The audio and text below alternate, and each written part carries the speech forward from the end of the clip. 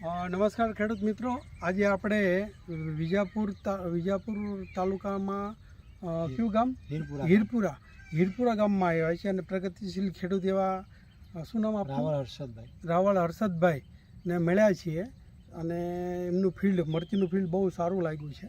તો એનું કારણ શું છે ને એ આપણે ભાઈ પાસે જ આપણે સાંભળીએ.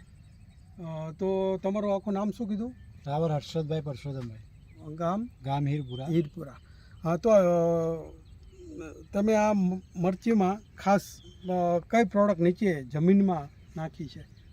જમીનમાં મેં વીઘે 10 કિલો મહાલાભ નાખેલું છે. બરાબર. કેટલી વખત નાખ્યું છે? 3 વખત નાખ્યું મેં. બરાબર. એના કારણે શું લાગે છે તમને? ખૂબ સારું રિઝલ્ટ. ફ્લાવરિંગમાં ને એમાં પણ બરાબર, વિકાસમાં બધી રીતે બરાબર છે.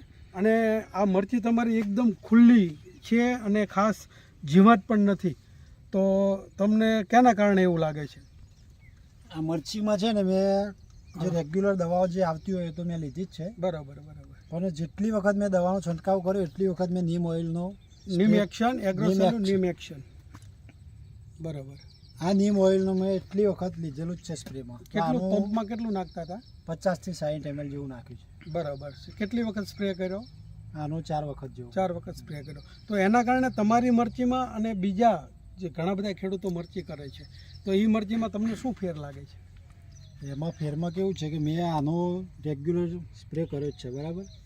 તો મારી મરચીમાં કોઈ પણ જાતની જીવાત દેખાતી નથી. બરાબર. અત્યારે કોઈ જીવાત આપણને આમાં વ્હાઇટ ફ્લાય પણ નહીં, ચૂસિયા કોઈ પ્રકારની જીવાત દેખાતી નથી. અને ગામમાં બીજા લોકોની મરચી છે પણ એમના મારા કરતાં વધારે એટેક છે મચ્છી. બરાબર. પ્રમાણમાં વધુ એટેક ચૂસિયા જીવાતનો દેખાય. મારા આખા ખેતરમાં કોઈ જગ્યાએ આમ કોકરવાટ જેવું લાગતું નથી. બરાબર. એકદમ મરચી ક્લિયર જ છે.